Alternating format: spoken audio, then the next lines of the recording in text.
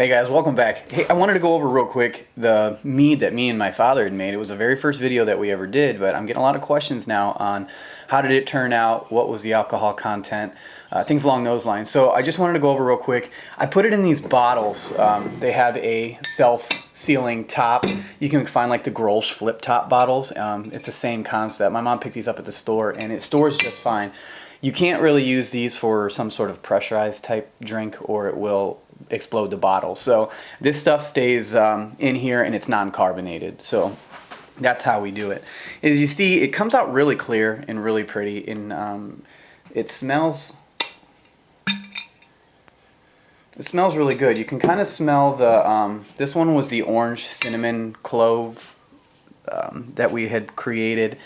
And for the first couple of months after we bottled it, it tasted really sharp. The orange was really bright and bitter, and it was more like, it tasted like really crappy whiskey because it came out pretty dry, and that's how I like it. I drink mine dry, and if you don't know what that means, it means it's most of the sugars have been fermented out, so it doesn't taste sweet. It just converts almost all the sugar to alcohol.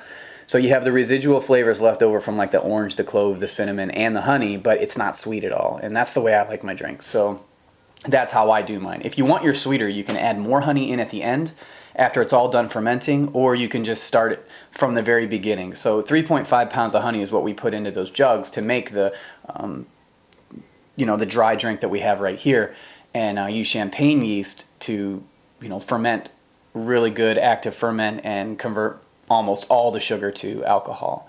So you can use you can actually go online and buy a sweet mead yeast, and you can pitch that in your drink instead, and it'll be a little bit sweeter because it won't ferment as much of the sugar in the honey into alcohol. It'll leave the sugar and only ferment until it gets to 5 to 8%. So this one here, like I said, is around, I'd say somewhere around 12 is what my hydrometer reading came out to, but yeah, I like it strong. So the taste now took about you can see here, the taste of this here is really, it's really good. It's dry. It's not harsh or bitter, but I can taste the honey and the alcohol more than I can anything like the cinnamon or the clove or anything like that. Everything blends together really nice. So that's how that came out. And like I said, it looks really good and it's pretty. So the strawberry one that we'd made, it came out to be really, really good right off the bat. So it took about 2 weeks after I put it in the bottle for it to, any of the last little bit of floaty stuff settled down to the bottom. And the strawberry one got drank really quick. My dad, he enjoyed that one. So that one came out better than this one. Well, it didn't come out better. It came out sooner, I should say. So depending on what kind of fruits you put in, it may depend on how long it is until you can drink it, because it takes a certain amount of time for those flavors to meld together and blend together and become something that you want to drink. So at the first, like I said, this one was really harsh.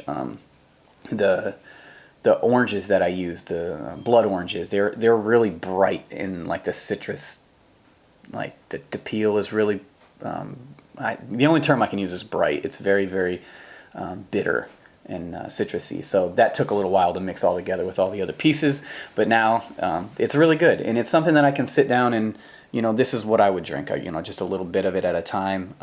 If you sit down and drink that bottle, you're gonna be canned. So I'll just have a little bit, when I'm sitting down watching movies with a wife or something like that, or I'll give it to my friends when they come over and they'll just sip on that. And, came out pretty good. So this is the final update for my my mead drink that I made. So if you feel like you want to do it and you have any questions, feel free to ask them down in the comments. I have no problem answering them, and I think it's something that everybody should try, at least if you want to just ferment something. This is one of the easiest things that you can do, because you can buy all of those pieces right off of Amazon. If you look in the links below, I just pointed them out so you can see what the basics of the pieces are. I mean, you can even order bottled water off of Amazon. So check those out down below, and you can order everything you need right now to make this drink. And in a couple of months, it'll be awesome.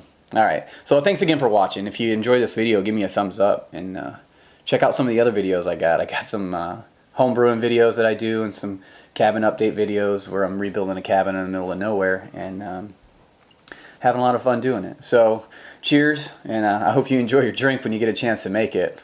Have a great day.